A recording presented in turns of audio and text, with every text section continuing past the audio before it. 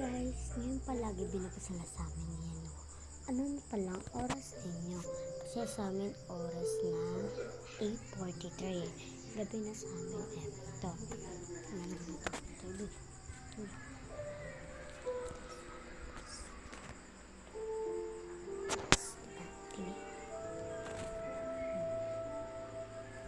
Ayun na naman yung papalagin ko.